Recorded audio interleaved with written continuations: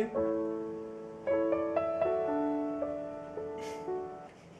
I didn't want sugar in my coffee. Sorry, I didn't see you over there. I'm Mike McLaughlin, and today I'm going to be teaching you about pulsed ultrasound. Okay, I'm going to be discussing some of the physiological effects of ultrasound. First off, there's both thermal and non-thermal physiological effects for ultrasound. We're going to start with thermal.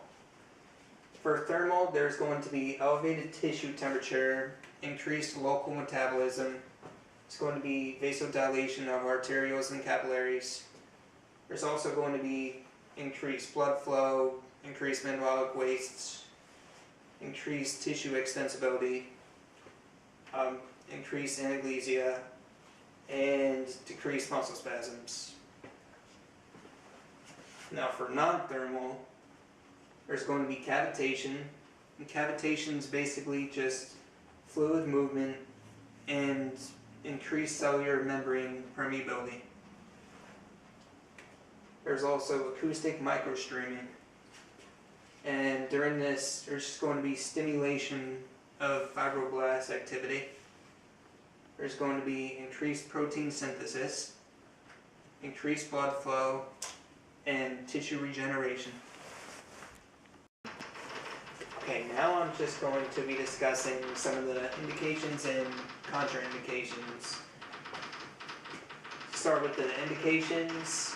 Some of them would be acute and post-acute injuries, or non-thermal, soft tissue healing and repair, scar tissue, joint contractures, chronic inflammation, to reduce muscle spasms, pain modulation, decrease tissue regeneration, and bone healing. For contraindications and precautions, they have acute and post-acute injury, thermal, areas of decreased temperature, sensation, circulation, eyes, pregnancy, someone has a pacemaker, malignancy, thrombophlebitis,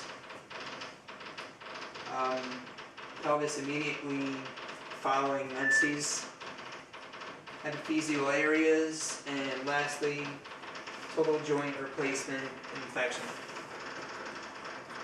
Okay, right here I'm just going to demonstrate. I'm uncomfortable. Okay, I'm just going to demonstrate how to use ultrasound on an athlete. First, I'm going to make sure he's nice and comfortable. You comfortable? Yeah, whatever works for you. Yeah, this is more comfortable. I'm ready. I'm ready. Look at that. It's so cold. It feels cold. And now it feels stingy. Now it feels burning and Okay, I'm achy. going to hit wave. And now it's numb. I'm going to hit ultrasound. Yeah, I'm going to be using 2 centimeter and 3 megahertz, which is a higher frequency. I'm ready. I'm going to be doing this at 50%.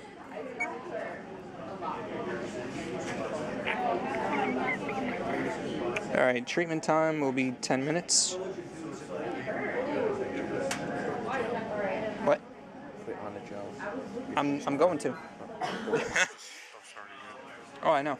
And before I start, I'm going to have the head on the gel. I'm going to be using the smaller head. And set that for 10 minutes. I'm ready. I'm ready.